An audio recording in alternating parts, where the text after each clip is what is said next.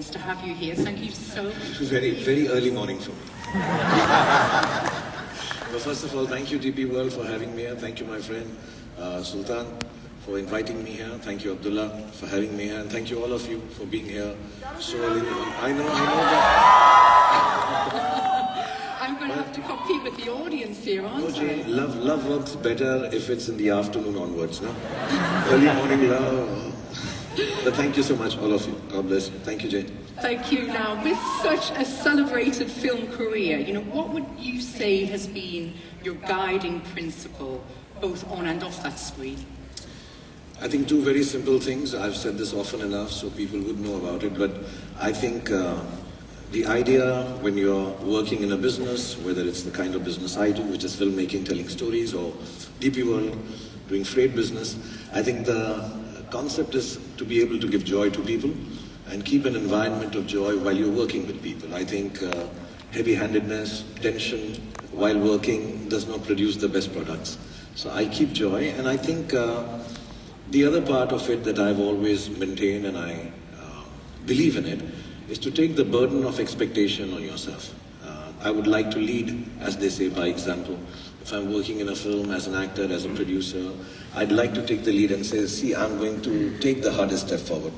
I will take the biggest risk, I'll take the biggest chance, and I hope everybody comes along with me. If I'm leading it, if I'm not leading it, I'm hoping the leader tells me the same thing. Having good people around you, and good people, very important. Happy people around. Unhappy people, bad people is a no-no. How do you think your experience in the film industry translates into lessons or strategies that business leaders can apply in their own fields? I think the first thing, I'm sure everybody learns this. First, let me just say this. In this room, everybody knows business better than I can ever understand. So I'm just giving some spiel. But to be honest, I think it's very simple that you have to remember that who you're catering to, the consumer. You have to fully respect the desire of your consumer. If you don't do that, I think you'll be going wrong. Yes, you can innovate, you can try new things. Sometimes you can indulge yourself, at least in my field, and say, okay, I'm going to play a certain kind of a role because I can or I want to. It's my artistic and my creative outlet. But I think at the end of it all, the main concept is, what does the audience want? If they want me to put my hands out, then I have to put my hands out. I can't... Even if they tell me, don't put your hands out, I'll still put my hands out. Right? So you have to cater to the consumer. And the first thing I think everybody should understand, that when you fail, because I think that's an important part of doing business and strategizing business, I think when you fail, you should not believe that your product or your service or your job, whatever part of work it is, has gone wrong. I think you've just misunderstood the ecosystem you're working in. So you have to understand how people are reacting, how people are emoting, and if I can't elicit an emotion from the people that I cater to, then my product is not going to work, however wonderful it is. I can't imagine you failing at anything, but are you critical of your career at times in your work? I am. And I hate feeling, and then I cry a lot in my bathroom. But I don't show it to anyone. I come back because I think you can wallow in self-pity for just about that much time and have to believe that the world is not against you. Yeah. The film didn't go wrong because of you, or the world is conspiring to destroy your work. No, you have to believe that you made it badly, and then you have to move on. And there are moments of despair, but then there are moments which say, no, shut up, get up, and get on with it. So you have to do it finally, because the world is not against you. You should not believe things are going wrong only for you. Life moves on, and I think if you can imagine yourself as an ant, me a very good looking ant, but nevertheless an ant, sometimes a whiff of wind takes you away, or you get stoned.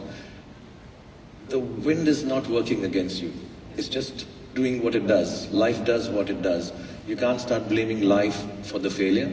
You have to remember it must be something that I did wrong, or the business did wrong, or the strategy went wrong, the marketing went wrong, the emotion went wrong, and I need to figure it out, recalibrate, and come back. You've worn many hats in your career. We mentioned some of them. There's actor, producer, entrepreneur, philanthropist. This is where you clap. What is the motivation behind branching out from those fields and from acting, you know, how do you balance those roles? So Jane, I don't know. I'd be very honest. Actually, a lot of it is need-based. Things happened in my life, and I just did them. So I don't know how to tell a good story about that. Except, you know, my parents died. I had no money. I've actually studied to be a scientist. Then I went on to be an economist. Then I learned mass communication. So I've done my masters in all these things, which sometimes may not be relatable to why would he become an actor after this. But television came into India, and I was sitting there, and they paid me 1,500 rupees, which was a lot of money then. And I said, okay, this is a job, and I'll start doing it. And one thing led to the other. And I remember I was driving in a three-wheeler. In India, you have three-wheelers. Yeah. And I was driving in a three-wheeler, and there was a mother and a daughter, two ladies. I don't know how they were related, and they were, I think, a little disturbed with life. And my scooter came and stood next to theirs, and suddenly both of them smiled. They got very happy. But once they got happy, I realized this is what I need to do. I need to make people happy. Yeah. I just need to, I don't know these ladies, they don't know me, and they just got so happy out of the humdrum of their daily life, and whatever the reason, they just got happy. So I said, okay, this is what I'll do. So I became an actor. Things went right because, like I said, TV was new. I was doing a film at one time, and I asked for a car with an electric window because I designed the scene like that. And the producer said, no, this is normal. I can't give you an electric window car. So I remember I was just lying down on the ground and trying to make it look like an electric window and assume, you know, I was a big guy in the movie and I'm supposed to be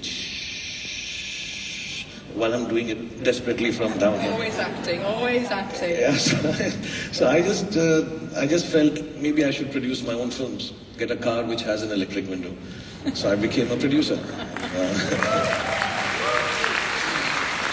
So it was all need-based. You've talked there about making people happy, and you know, your fans, they span generations and continents. You know, how do you maintain a connection with such a diverse audience?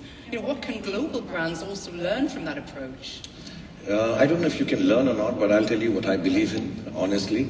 It's too self-aggrandizing of me to think I can teach anyone, but I think it's a very simple thing. At least in my field of work, I think it applies everywhere. Whether you're selling a bar of soap, whether you're freighting, whether you are transporting, whether you are selling a shirt. And in movies and in storytelling, it becomes a little more evident because we talk like that about it. But I think we all have very basic 4, 5, 6 emotions. We get angry, we get sad, we get happy, we fall in love, we have depression, we feel like dancing, we feel like jumping. So these basic emotions are common to all of us, in spite of borders, in spite of languages, in spite of color, creed, sex, religion, or what have you. I know that you feel sad. We both feel sad similarly. Okay, let's talk good things. We both feel happy similarly, Jane. We dance when we feel thrilled with life. Yeah. And that has no language. I was, just to let you know, I had a manicure just now. A lady, a Philippine lady, was manicuring my hands very sweetly and put some paraffin wax also. Shah said to me earlier, you mentioned that you didn't even go to sleep because you were so worried you were going to sleep in and miss this morning. Yeah, I've had 6. That's your dedication to being here at the summit. That's not my dedication, that's my complaint. To Sultan. God, call me so early. Evening session. I'm so fantastic in the evening session. I dance better. My hair flies so much better. My shades are on because my eyes are closed behind the shades.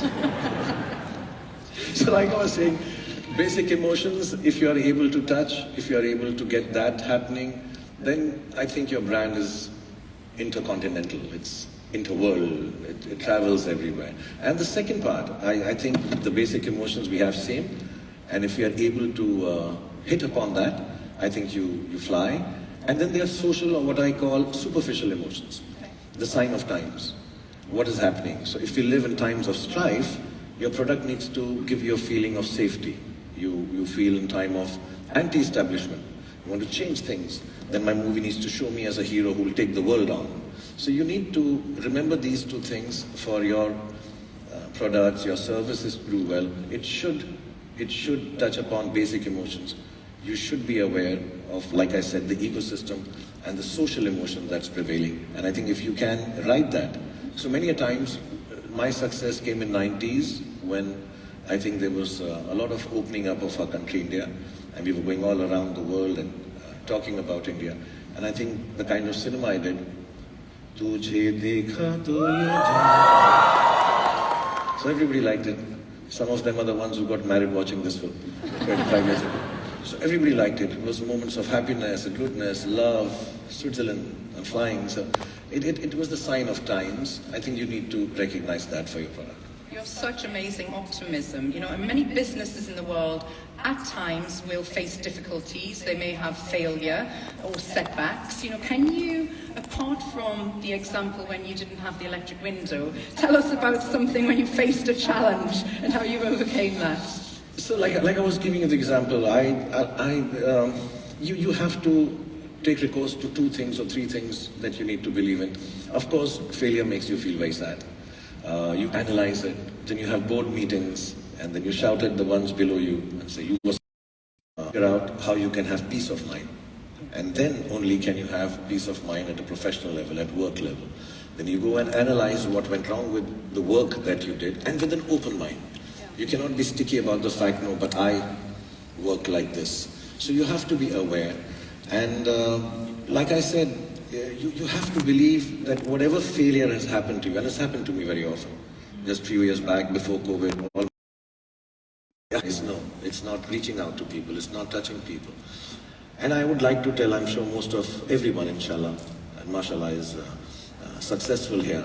I think success also somehow leads to failure because you get very isolated, not just physically. You get your ideas, you get isolation of ideas because you are so driven by the success, and I think that was my problem. I was just getting up in the morning, and I'm a hard-working person, I don't take it for granted. I was just getting and saying, okay, I'm successful, I need to keep doing this, I need to keep working hard, and I need to make this film, I want this visual effects, I want to fly, and I didn't realize that the world around me was changing. So I think success can isolate you and lead to failure. While you're successful, you need to be aware that the world is changing around you, and you need to look around. You can't be just with blinkers on. Do you think that's almost you become a victim of your own success in terms of the added pressure you then put on yourself? Absolutely. I mean, and the worst part is, Jane, you don't realize that you're getting isolated. Because everything seems gung-ho. Everything seems nice. You have great following on Instagram and on Twitter. Evolution is not only personal, the evolution for products is according to the consumer. You have to change with what they like and dislike.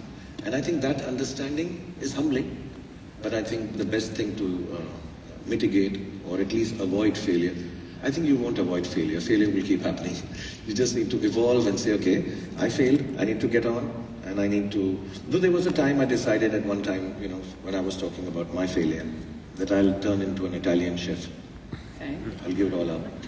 Really? Yeah, then I started making pizza, and I made some stuff, but my pizza was not half as good looking as I look, or taste as good as me.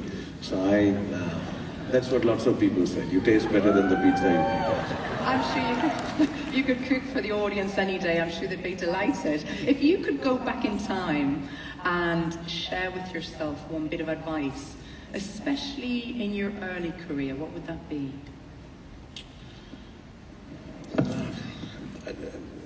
Early career was so many years ago, actually, I didn't realize. Sultan, I need to have the oxygen. Losing memory.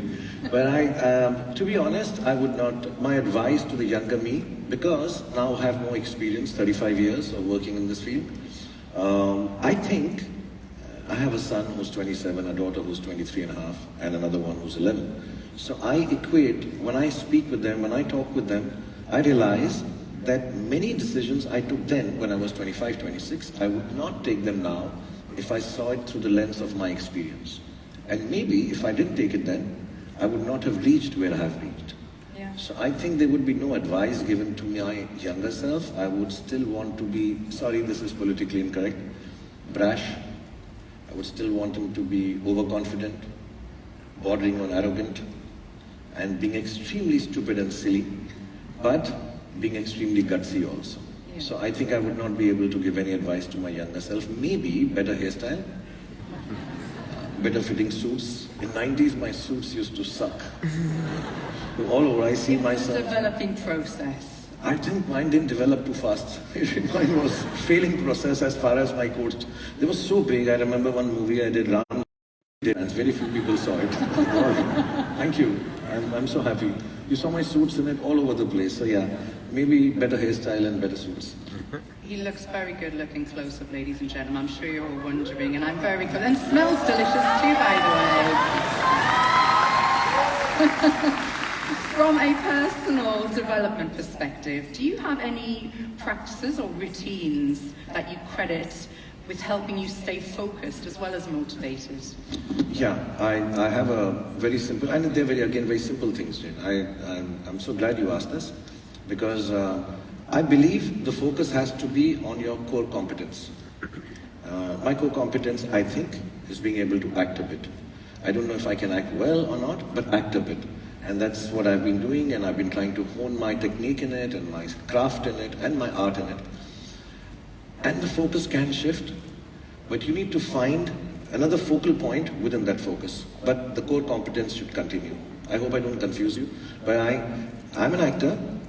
My focus initially, in my early years, was to be able to make some money and make a livelihood. So the focus was very clear, but through acting. Once I became a bit successful, I decided I need to focus on innovation. I need to try new technology in cinema. I need to innovate myself as an actor. But the focus was still on the core competence through my acting. That never should change. The focus point or the focal point within that focus can keep changing. Now, my focus is that my youngest kid should also think I'm a big enough star. He's not seen too many of my films. Yeah, he's 11 years old. So one day my elder kids came and told me, you know what? He knows you're a big star. Does he understand that? He understands that. How big a star you are? Yeah, I think he understands that. Did you ever have to sit down and explain to him, and at what point do you do that when you have your level of success? So whenever anyone questions my stardom, I just walk across to my house, stand on a railing, wave to people. And I'm very arrogant about it. So when people come, I say, this is who I am. You understand? So, no, jokes apart. I joke like this. I'm not that. I'm a very humble person. But I'm really thankful for all of this, and I'm very grateful, and I bow my head down for all you people for having made this possible for me.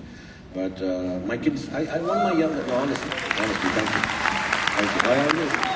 I don't say this with humility, I say this with gratefulness. Thank you for making me the star I am. Thank you very much, and thank you for making my family happy. Thank you.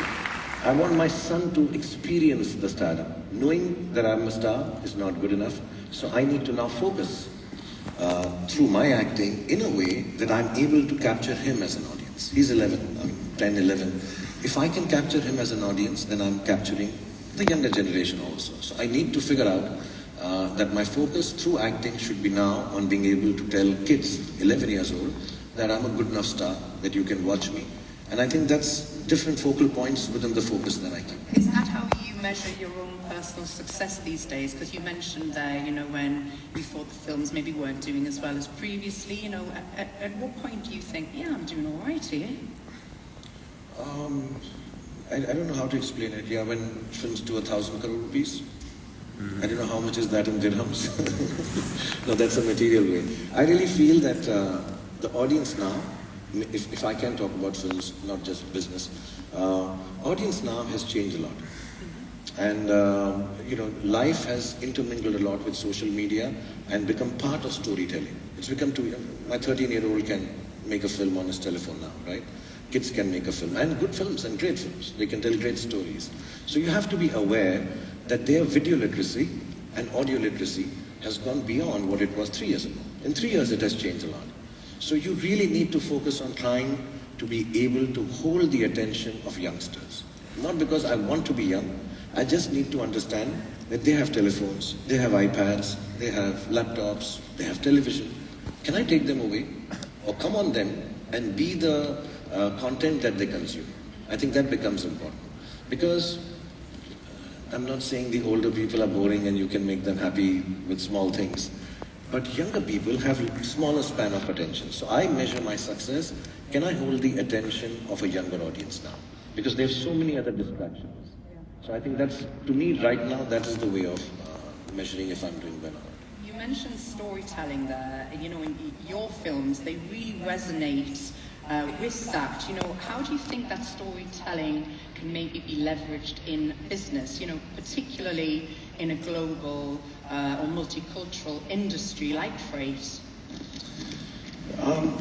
I really believe that the oldest mode of communication or people becoming social is through storytelling. I'll tell you, I was coming in the plane and I read somewhere that there were two countries real happening and two mothers of the two sons who died in the war. I'm sorry, it's a little morbid for early morning, but it'll have a happy ending. Okay? And the two mothers went. And they were both, smitten by this tragedy, destroyed by this tragedy of using their young sons against each other. But when the mothers sat down together, they found so much commonality in the tragedy and the sadness they had, that they went back a little better than they were before they met each other, both having lost their sons. I believe that storytelling, multicultural, different languages, different borders, freight, traveling from one place, going from one country, taking stuff to the other one, which has no, on the face of it, nothing common between each other. But if you're able to find a commonality in the story that you have, there is always going to be a commonality in tragedy, in happiness, in goodness, in storytelling. And I think with multicultures and people speaking different languages, there is not a chance that you won't find a commonality. So for success, for multicultural global business is to find commonality in the stories and understand that. And I think that's even more enjoyable as a storyteller. Oh, you also do the same thing. Oh, you play with the same toy. Oh my God, you watch the same television show. You know, we were sitting in a plane with somebody and suddenly somebody says, oh, you seen this on Netflix? Oh, you seen that? And you're like, oh my God, I love it. You love it. Oh, we're friends.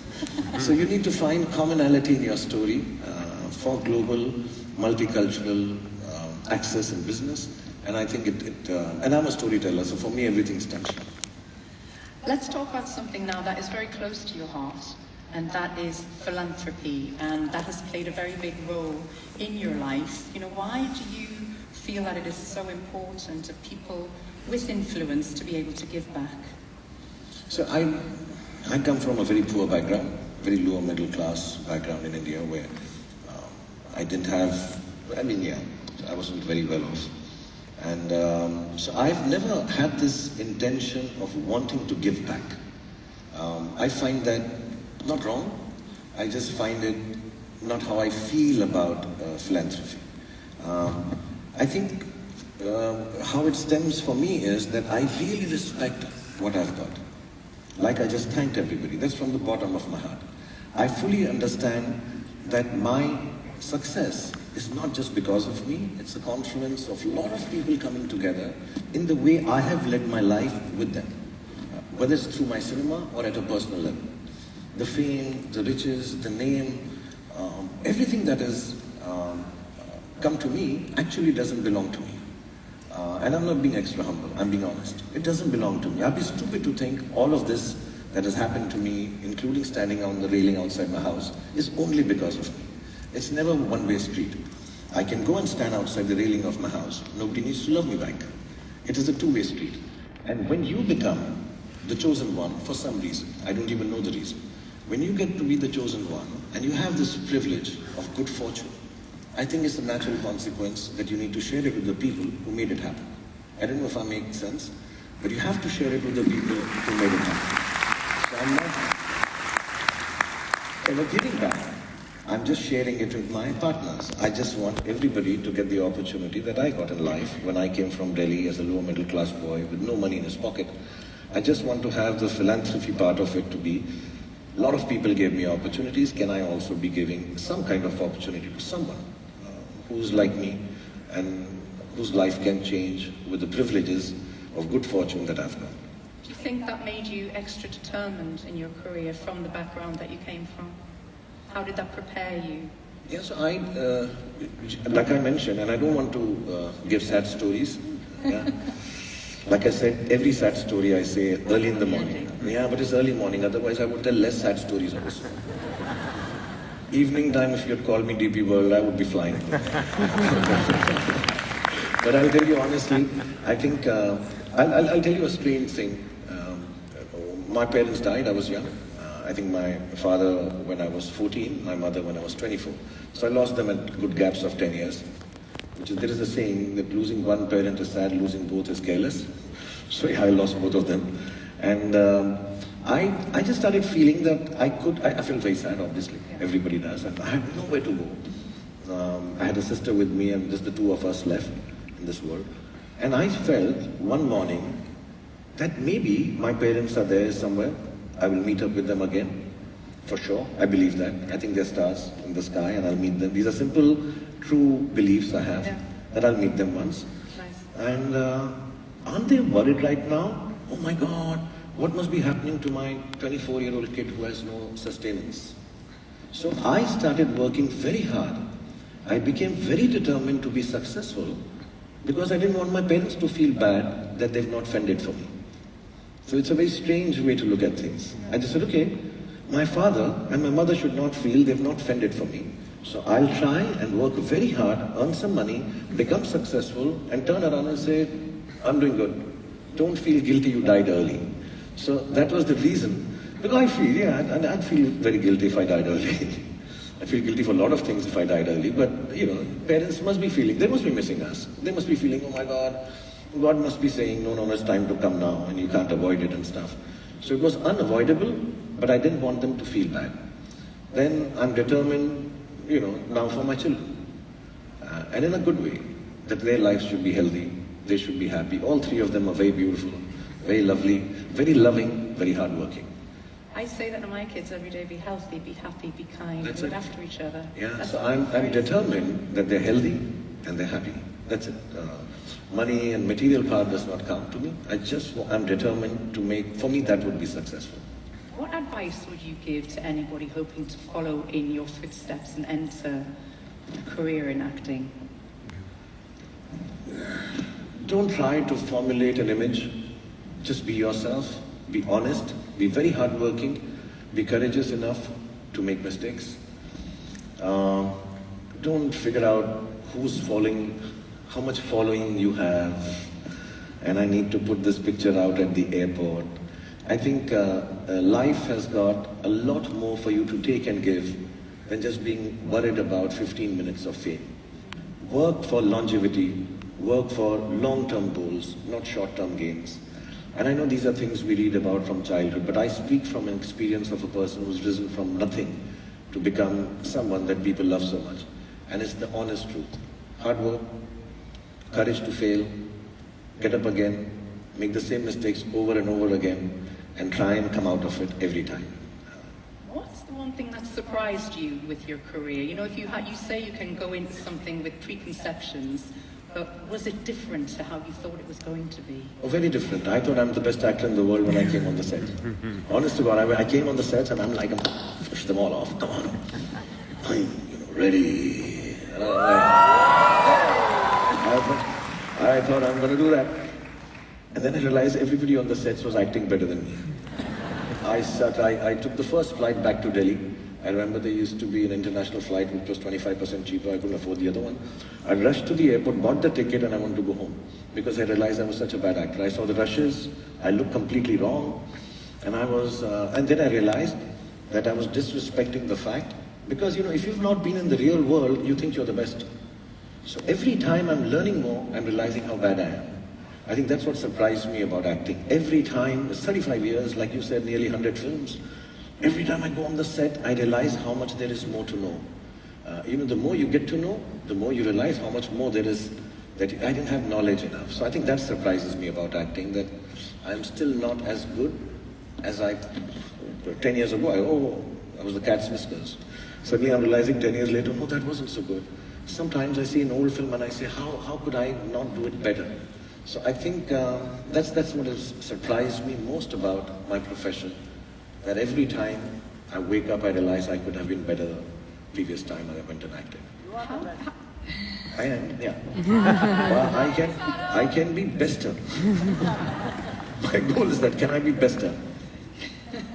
Can you tell us how you became best at building brand Khan? Because that took time. I always say this, it's something I truly believe in, that I did not, like I said just before, do not try to make or work for an image, There is only one person you know the best. Not your sister, not your brother, not your mother, not your wife, not your best friend. You know yourself the best. That's what I believe. I know myself the best. I know I'm best at being me. So that's what I did. I didn't try to be anything else. So there were times when people think I'm brash, there are times when people think I'm extra kind, there are times when people think I'm silly, there are times when people think I'm good. But it's all me. It wasn't an attempt at becoming someone else. And then an image got created, and I'm sorry I take my name in third person, Shahrukh Khan. And I am very clear that I work for that image. I'm not that image myself. I cannot be, so I don't want to, I'm as romantic as I am in my films. Girls, okay, I do lie. I'm not that romantic, but I'm very romantic. I just want to continue. So that's the myth. And I just know I work for that myth. I'm not that myth. I'm not that image. I'm not larger than life. I need to work harder to maintain the larger than life-ness. So I think that's one thing to build, or I've thought of building the brand. I'm very clear. I work for the myth that Shahrukh Khan is. I'm an employee of this myth. I'm not the owner of this myth. One. Second, like I said, burden of expectation has to be on your shoulders if you want to be a brand. You cannot be a brand without saying, oh, no, somebody else will take care of it. You have to do it hands-on yourself. You have to take the onus of failure and say, it happened because of me, and I will correct it next time.